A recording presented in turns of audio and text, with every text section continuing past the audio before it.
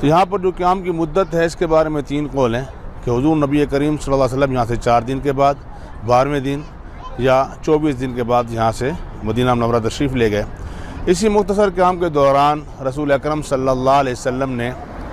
اپنے دست مبارک سے اسلام کی پہلی مسجد کی بنیاد رکھی اور تعمیر فرمائی، اور اسی مسجد کے بارے میں رسول اکرم صلی اللہ علیہ وسلم کا ارشاد ہے من تطہر فی بیتہ ثم اتی مسجد قباء فصلی فیہ صلاۃ کان لہ کاجر عمرۃ،